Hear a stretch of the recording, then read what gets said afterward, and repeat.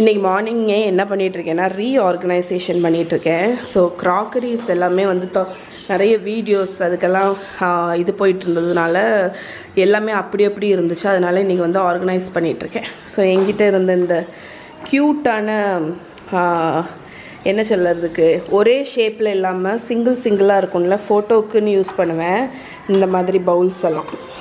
அது எல்லாத்தையுமே வந்து இந்த டிஸ்பிளே ஸ்டாண்டில் வந்து வச்சுருக்கேன். க்யூட்டாக இருக்குது பாருங்கள். இது பார்க்குறதுக்குமே நீட்டாக இருக்கும். இல்லாட்டி இது வந்து ஒரு மாதிரி நம்ம அடுக்கி வைக்க முடியாது. அதனால் இந்த ஸ்டாண்டில் வச்சுருக்கேன். அதுக்கப்புறம் இன்னும் இந்த குட்டி குட்டி க்ராக்கரி எல்லாத்தையும் ஒரு பேஸ்கெட்டில் வச்சு பண்ணணும்னு இருக்கேன். இதில் வந்து இன்க்ரீடியன்ட்ஸ் வச்சு உங்களுக்கு ஷூட்டுக்கு காணிப்பேனா, அதாவது 1 டீஸ்பூன் சில்லி பவுடர் அதெல்லாம் வைக்கக்கூடிய அளவுக்கு உள்ள குட்டி குட்டி பாத்திரங்கள். ஸோ இதையும் வந்து நம்ம ஷெல்ஃபில் டைரெக்டாக வைக்க முடியாது. ஸோ அதனால் இதை வந்து ஒரு பேஸ்கெட்டில் வச்சு வைக்கணும்னு இருக்கேன். அதுக்கப்புறம் இன்றைக்கி மெயினாக என்ன பண்ணேன்னு பார்த்தீங்கன்னா டீக்ளட்டர் பண்ணேன். ஸோ உங்கள் எல்லாருக்குமே தெரியும், நான் வந்து வருஷத்துக்கு ஒருக்க என்னோடய க்ராக்கரி கேபினெட்டை டீக்ளட்டர் பண்ணுவேன். ஸோ இந்த வாட்டி டீக்ளட்டர் பண்ணும்போது இவ்வளோ க்ராக்கரிஸ் எடுத்து வச்சுருக்கேன். ஸோ இதை வந்து யாருக்காவது டொனேட் பண்ணணும், இல்லைன்னா வந்து யாருக்காவது வேணுமான்னு கேட்டு கொடுக்கணும் தெரிஞ்சவங்களுக்கு. இப்போது ஓரளவுக்கு அங்கே ஸ்பேஸ் வந்துடும். ஏன்னா நான் யூஸ்வலாக பார்த்தீங்கன்னா புதுசாக க்ராக்கரிஸ் வாங்கிட்டே இருப்பேன். ஸோ என்னோடய பழசு நான் யூஸ் பண்ணாமல் இருக்கிறது எல்லாத்தையுமே வந்து யாருக்காவது தேவைப்படுறவங்களுக்கு கொடுத்துடுவேன். ஸோ இன்றைக்கி அந்த வேலை தான் ஓடிட்டுருக்கு. ஓகே ஃப்ரெண்ட்ஸ், ஒரு வாரத்துக்கு மேலே ஃப்ளோரை வந்து துடைக்கணும்னு நினச்சிட்டு இருந்தேன். ஸோ நான் கீழே ஃபுல்லாக துடைச்சிட்டேன். மேலே வந்து மைனி துடைச்சிருவாங்க. இந்த டைமில் நான் வந்து ஒரு விஷயத்தை அவங்க கூட ஷேர் பண்ணலான்ட்டு இருக்கேன். மகா வா, அந்தாலன்னு சொல்லி பாருங்க. ஸோ ஃபஸ்ட்டு வந்து நான் எல்லா இடத்தையுமே தொடச்சிட்டேன். நிறைய பேர் ஒருத்தவங்க வந்து கமெண்ட் எனக்கு கொடுத்துருந்தீங்க, நீங்கள் வந்து மகா வந்து அந்த டிஷ் வாஷர் அன்லோட் பண்ணுறது அந்த மாதிரி க்ளீனிங் ஒர்க் பண்ணுற வீடியோ நீங்கள் பார்த்தீங்கல்ல, அதில் வந்து ஒருத்தவங்க கமெண்ட் கொடுத்துருந்தாங்க. ஓகே ஃப்ரெண்ட்ஸ், தலையில் வந்து ஃபுல்லாக நான் காலையிலே வந்து நல்லா தேங்காய் எண்ணெயை சூடு பண்ணி ஃபுல்லாக அப்ளை பண்ணிட்டேன். இன்றைக்கி ஃபுல்லாக ஊற வச்சதுக்கப்புறம் ஈவினிங் வந்து குளிப்பேன். அதனால தான் வந்து வித்தியாசமாக இருக்குது. ஃபேஸ் வந்து எண்ணெய் வடிஞ்சிருக்கு. ஸோ நான் வந்து க்ளீன் பண்ணியாச்சு. இங்கே பாருங்கள், மைக்கி வந்திருக்கா. ஹை செல்லிடு. ஓகே, ஸோ நான் வந்து இந்த டைமில் உங்களுக்கு வந்து ஒரு மெசேஜ் சொல்லலாம் அப்படின்ட்டு இருந்தேன். லாஸ்ட் வந்து மகி எனக்கு ஹெல்ப் பண்ணுற வீடியோ போட்டிருந்தேன்ல, டிஷ் வாஷர் அன்லோட் பண்ணுற வீடியோவில். அதில் வந்து ஒருத்தவங்க வந்து கமெண்ட் பண்ணியிருந்தீங்க, நீங்கள் வந்து சைல்ட் லேபர் பண்ணுறீங்க அப்படின்னு. ஸோ அதை பார்த்தோன்னே எனக்கு வந்து இந்த மெசேஜை வந்து உங்கள் கூட ஷேர் பண்ணணும் அப்படின்னு தோணுச்சு. ஸோ என்னை பொறுத்த வரைக்கும் பேரண்டிங், ஒரு குழந்தைய வந்து வளர்க்குறது என்னன்னு பார்த்தீங்கன்னா, கலிக்கும் அவங்களுக்கு எந்த அளவுக்கு நம்ம வந்து படிப்பு சொல்லி கொடுக்குறோம்,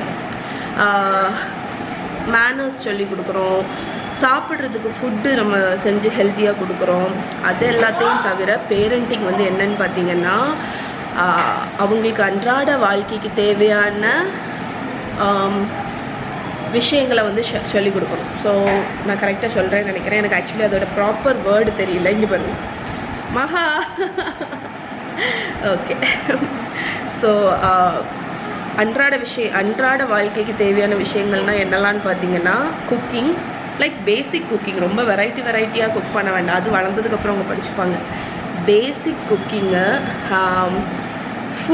நம்ம ஃபுட்டு இப்போ பொறுத்த வரைக்கும் பார்த்திங்கன்னா பேசிக்கான குக்கிங்கு, ஒவ்வொரு இன்க்ரீடியன்ட் வந்து என்னது, ஃப்ரூட்ஸ், வெஜிடபிள் அதெல்லாம் ஆஃப்கோர்ஸ் அவங்களுக்கு தெரியும். பட் பேசிக் குக்கிங், க்ளீனிங், அதுக்கப்புறம் அவங்களே பார்த்துக்கிறது, அதாவது அவங்களோட வேலையை, அவங்களோட கடமைகள், அவங்களோட வேலைகளை வந்து அவங்களே செஞ்சுக்கிறது வந்து கண்டிப்பாக நம்ம சொல்லி கொடுத்தே ஆகணும். ஸோ என்னை பொறுத்த வரைக்கும் குழந்தைங்க வந்து க்ளீன் பண்ணுறது, எனக்கு க்ளீன் பண்ண தெரியாதா, எனக்கு வந்து இந்த ஹால் இதெல்லாம் க்ளீன் பண்ணுறது எனக்கு, அவங்களுக்கு நான் அவங்க பண்ணக்கூடிய வேலைகளையும் நானே பண்ணிப்பேன். ஆனால் என்னை பொறுத்த வரைக்கும் அவங்களுக்கு அந்த ரெஸ்பான்சிபிலிட்டி வரணும். அதனால தான் நான் வந்து க்ளீன் பண்ணும்போதும் சரி, இந்த மாதிரி சின்ன வேலைங்கள்லாம் வந்து பசங்களுக்கு வந்து சின்ன வயசுலேயே சொல்லி கொடுக்குறது. ஸோ மகாவுக்கு சின்ன வயசுலேயே வந்து பாத்ரூம் போனால் அவள் க்ளீன் பண்ணிக்கிறது, பல் தேய்க்கிறது ரொம்ப ஏர்லியாகவே அவள் படிச்சுட்டா. மகியும் அதே மாதிரி தான். நான் வந்து மகி கூட இருக்கணும்னு அவசியம் இல்லை, அவங்களே அவங்களோட இதை பார்த்துப்பாங்க. குளிப்பாங்க 2 பேரும் தனியாட்டு, ட்ரெஸ் மாற்றிப்பாங்க, தலை தொடச்சிப்பாங்க, லைக் அவங்களோட வேலையை அவங்களே பண்ணிப்பாங்க. அண்ட் துணி வந்து அழுக்கு துணி எதில் போடணும்னு தெரியும், நீட்டாட்டு டவல் எங்கே காய போடணும்னு தெரியும். மஹி க்ளீனிங்கை பண்ணோன்னு அக்கா க்ளீனிங்க்கு எடுத்துகிட்டு வர இதை க்ளீன் பண்ணப்போ இந்த இடம் ரொம்ப தூசியாக இருக்குது, அம்மா க்ளீன் பண்ணணும்னு நினச்சேன். மெயினாட்டு அதில் க்ளீனிங்கும் வரும். நம்ம பசங்க ஆம்பளை பசங்களாக இருந்தாலும் சரி பொம்பளை பசங்களாக இருந்தாலும் சரி சின்ன வயசுலேயே நீங்கள் வந்து க்ளீனிங் பண்ணுறதுக்கு சொல்லிக் கொடுங்க. க்ளீனிங் பண்ணுறது வந்து நம்ம வேலையை குறைக்கிறதுக்குன்னு இல்லை. அவங்க தேங்க்யூ டி செல்லம், தேங்க்யூ ஸோ மச் மகா. அவங்களுக்கு ஒரு வீட்டை நடத்தணும், ஒரு வீட்டில் என்னெல்லாம் பண்ண வேண்டி இருக்குது, அம்மா என்னெல்லாம் பண்ணுறாங்க அப்படிங்கிறது புரியுறதுக்கு. அதுக்கு வேண்டி தான் நான் வந்து வெளியே வாளியில் உள்ள தண்ணியை கொண்டு அந்த மரம் மூடு இருக்கலாம், அந்த மரத்து மூட்டில் விட்டுட்டு இதை வந்து அங்கே ஓரத்தில் வச்சு இதோ ஓரத்தில் வச்சு சரியா. நீ இதை வச்சு க்ளீன் பண்ண வேண்டாம், ஜஸ்ட் துணியை வச்சு க்ளீன் பண்ண. ஸோ நான் என்ன சொல்லிட்டு இருந்தேன், அதான் அவங்களுக்கு வந்து அம்மா வீட்டில் இருக்கிறவங்க ஒரு வீட்டில் வந்து என்னெல்லாம் வேலை இருக்குது அப்படிங்கிறது தெரியணும்.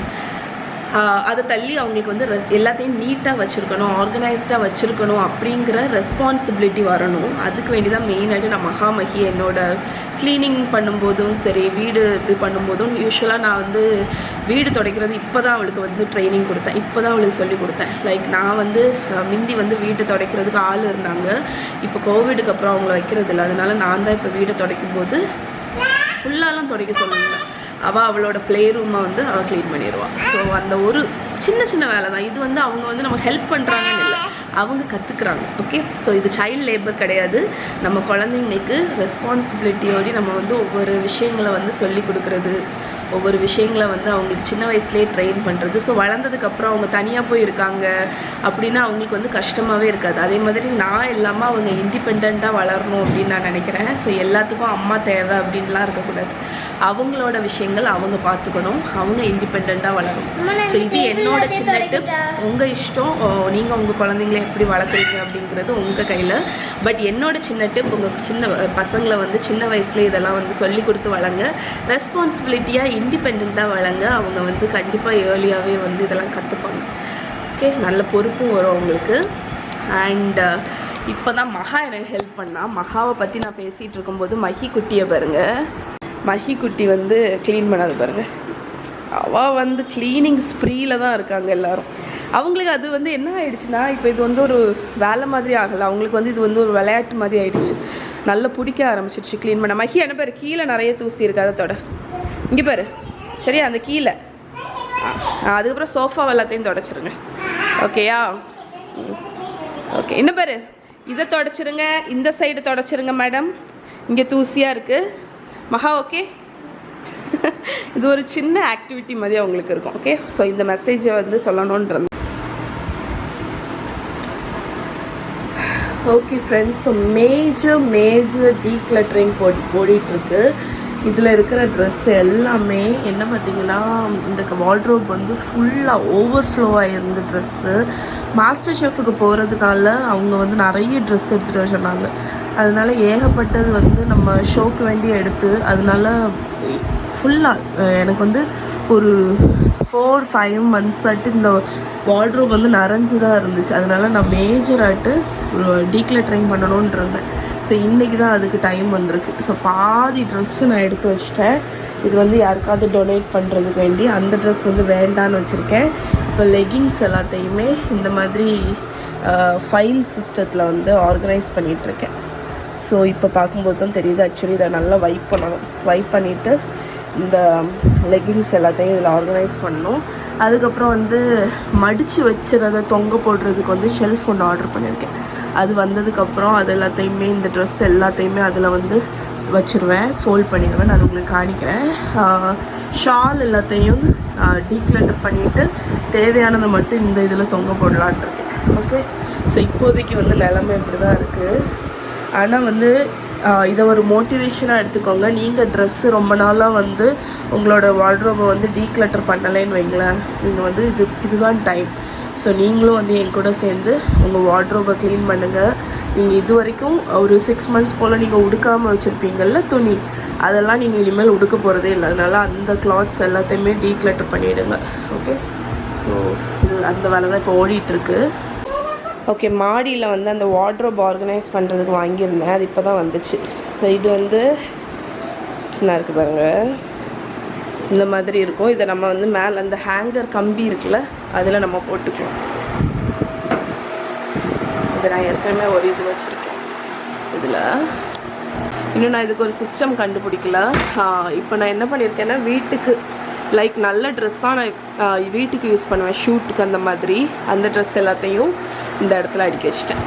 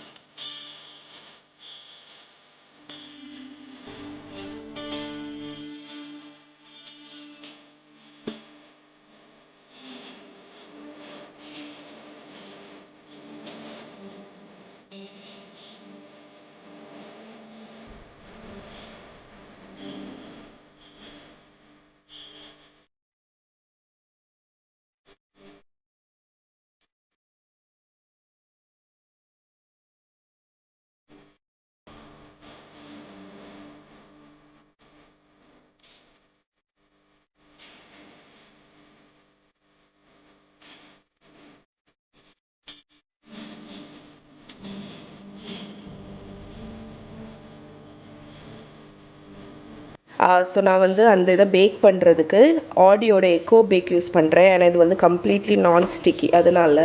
ஸோ இதை நம்ம வந்து பேக்கிங் ட்ரேயில் விரிச்சிடலாம்.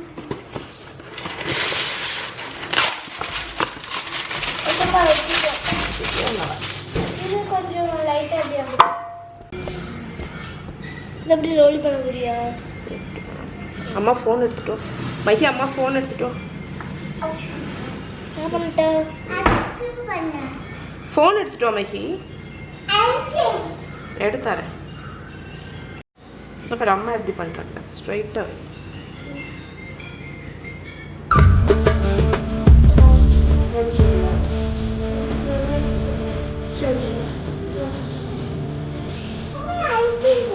இப்போ விளாட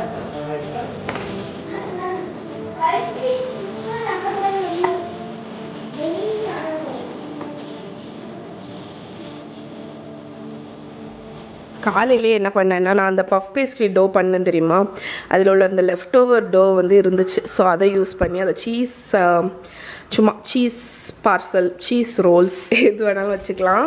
இது பர்டிகுலராக ரெசிபி இல்லை, பட் உள்ளே வந்து சீஸ் மட்டும் ஸ்டஃப் பண்ணிட்டு மேலே வந்து கிளேஸ் கொடுத்து, நான் வந்து பேகல் பண்ணும்போது ஒரு சீசனிங் பண்ணேன் தெரியுமா, அதை மேலே தூவி அவனில் பேக் பண்ணிகிட்ருக்கேன். ஸோ இன்றைக்கி குழந்தைங்களுக்கு ஏதாவது ஸ்நாக்ஸ் வேணும்னா எடுத்துக்கலாம் அப்படின்னு. பட் இன்றைக்கி நான் வந்து vlog ஸ்டார்ட் பண்ணிட்டேன். ஆக்சுவலி நான் வந்து லாஸ்ட்டு ஒரு 1 வீக்குக்கு மேலே 10 days இருக்கும்னு நினைக்கிறேன்.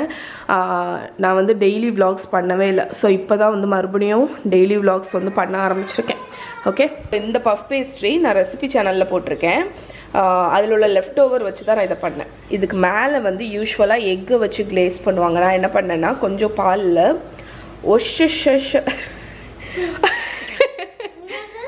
ஒஸ்டர்ஷையர் சாஸ் அப்படின்னு ஒரு சாஸ் உண்டு. அது எனக்கு சரியாக வாயில் வரல. சம்திங் சரியா, அந்த சாஸ் நான் என்ன சொல்கிறேன்னு உங்களுக்கு புரிஞ்சிருக்கும்னு நினைக்கிறேன். நம்ம பர்கர்லலாம் ஆட் பண்ணுவோம்ல ஒரு சீசனிங் சாஸ், ஒஸ்டர்ஷையர் சாஸ். அந்த சாஸை வந்து மகச்சிரிக்கா அந்த சாஸை மில்கில் வந்து கொஞ்சம் அப்படியா அந்த சாஸை வந்து மில்கில் வந்து கலந்து மேலே வந்து ப்ரஷ் பண்ணி பேகல் சீசனிங் ஒன்று நான் பண்ணேன் தெரியுமா, நான் ஒரு பேகல் ரெசிபி போடும்போது அந்த சீசனிங்கை மேலே தூவி பேக் பண்ணேன். ஸோ இது என்ன ஆச்சுன்னா, மேலே உள்ள க்ரஸ்ட் யூஸ்வலாக பஃப் பேஸ்ட்ரி பிளாண்டாக இருக்கும்ல, பட் அந்த க்ரஸ்ட்டு வந்து செம்ம ஃப்ளேவர்ஃபுல்லாக, ஒரு புளிப்பு, ஒரு நல்ல ஒரு ஃப்ளேவர், நல்ல ஒரு டேஸ்டான ஃப்ளேவர்லேருந்து அதே மாதிரி நல்ல ஒரு கோல்டன் கலர் கிடச்சிருக்கு. ஓகே குட்டீஸ்க்கு வந்து இன்றைக்கி நைட்டு டின்னருக்கு குவிக்காக பீஸா பண்ணி கொடுக்க போகிறேன். காலையிலே என்ன பண்ணேன்னா, கோதுமை மாவு வந்து பீஸா டோ வந்து ரெடி பண்ணிட்டேன். ஸோ கம்ப்ளீட்லி மைதாக்கு பதில் கோதுமை மாவு போட்டு பண்ணியிருக்கேன். ஆலிவ் ஆயில் வந்து கொஞ்சம் ஜெனரஸாகவே ஊற்றி வச்சுருக்கேன். எப்போவுமே பீஸா டோ வந்து நீங்கள் வந்து ஒரு வாரம் வரைக்குமே உங்களுக்கு ஃப்ரிட்ஜில் வந்து நல்லாயிருக்கும். அதனால் நீங்கள் வந்து கொஞ்சம் நிறையவே செஞ்சு நீங்கள் வச்சுக்கலாம். இந்த டோ வச்சு நீங்கள் வந்து குல்ச்சா, பீஸா, பன்னு எது வேணாலும் நீங்கள் பண்ணிடலாம். ஃபக்காஷியா ப்ரெட்டு. அதனால் நான் எப்போவுமே கோதுமை மாவு வச்சு பண்ணக்கூடிய பீஸா டோ வந்து ஃப்ரிட்ஜில் வந்து எப்போவுமே ரெடியாக வச்சுருப்பேன். அதுக்கப்புறம் வந்து மோசரலா சீஸ் வந்து கிரேட் பண்ணி வச்சுருக்கேன். 2 மஷ்ரூமை வந்து இந்த மாதிரி ஸ்லைஸ் பண்ணி வச்சுருக்கேன். ஆனியன் இருக்குது, கேப்சிகம் இருக்குது. அதுக்கப்புறம் என்கிட்ட இந்த டாமினோஸில் கிடைக்கக்கூடிய சில்லி ஃப்ளேக்ஸும் அந்த சீசனிங்கும் இருக்குது. இன்றைக்கி நான் வந்து இந்த பீஸா சாஸ் வந்து இதை யூஸ் பண்ணுறேன். ஓகே, ஸோ இவ்வளோ தான். இப்போ அசம்பிள் பண்ணிடலாம். இப்போல்லாம் நான் ஃபுல்லாக காஸ்ட் அயனில் மட்டும்தான் பீஸா பண்ணுறது. ஸோ இந்த சைட் பாருங்கள். ஸோ காஸ்ட் அயன் பேன் இருக்குது.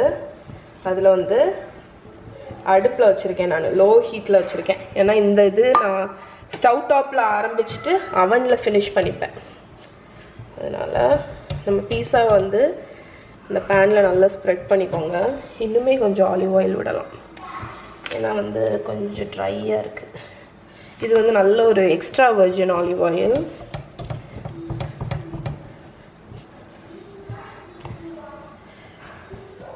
ஸோ இதை வந்து ஈவனாக ஸ்ப்ரெட் பண்ணிடுங்க.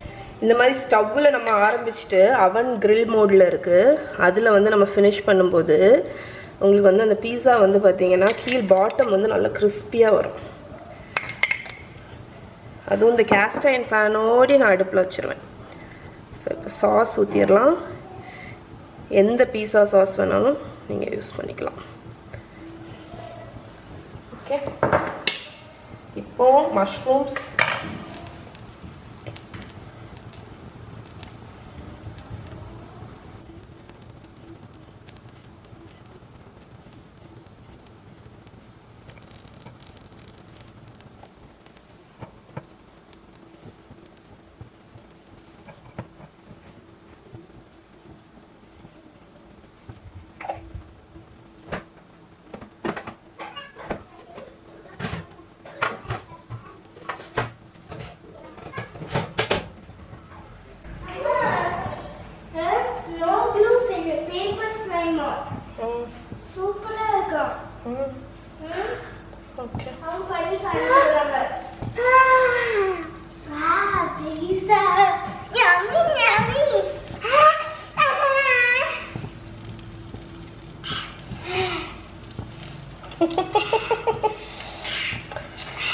ஜொல்லு பார்ட்டிஸ் ஜொல்லு விட்டுட்டே இருக்கீங்களா?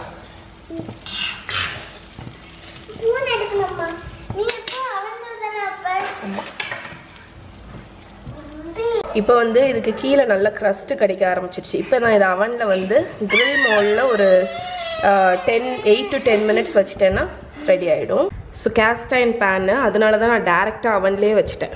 ஓகே, ஸோ உங்களுக்கு பிளாஸ்டிக் ஹேண்டில்லாம் இருந்துச்சுன்னா நீங்கள் அவனில் வைக்க முடியாது. அதனால் எப்போவுமே ஒரு கேஸ்ட் அயன் தோசை தவாவில் கூட நீங்கள் வந்து பண்ணி உள்ளே வைக்கலாம். ஸோ அவனில் வச்சு எடுத்தோன்னா ஒரு 10 நிமிஷத்தில் சூப்பராக குக் ஆகிடுச்சு. இப்போ இதை ரிமூவ் பண்ணிடலாம். இங்கே பாருங்க, பேஸுமே நல்ல கிறிஸ்பியாக வந்திருக்கும். உங்களுக்கு நல்ல கிறிஸ்பியாக இருக்கும். ஓகே, இப்போ நான் வெளியே எப்போவுமே வந்ததுக்கப்புறம் தான் நான் வந்து இந்த சில்லி ஃப்ளேக்ஸும் எதுவும் போடுவேன்.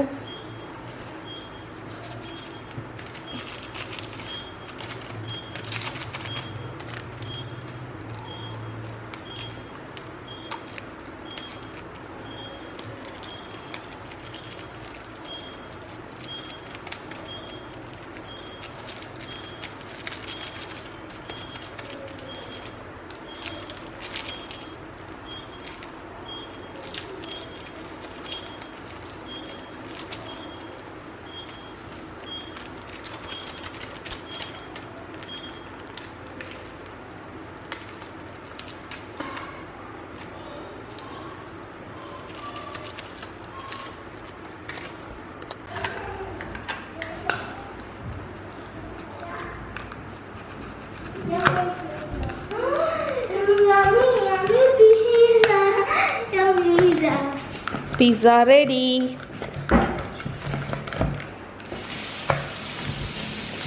Wash my face.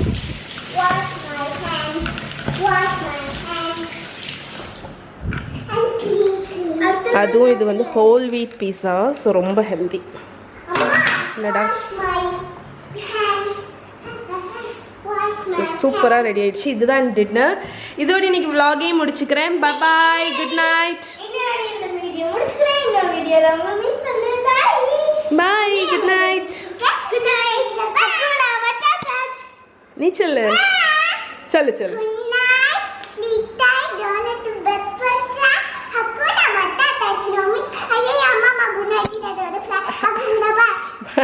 Okay, bye.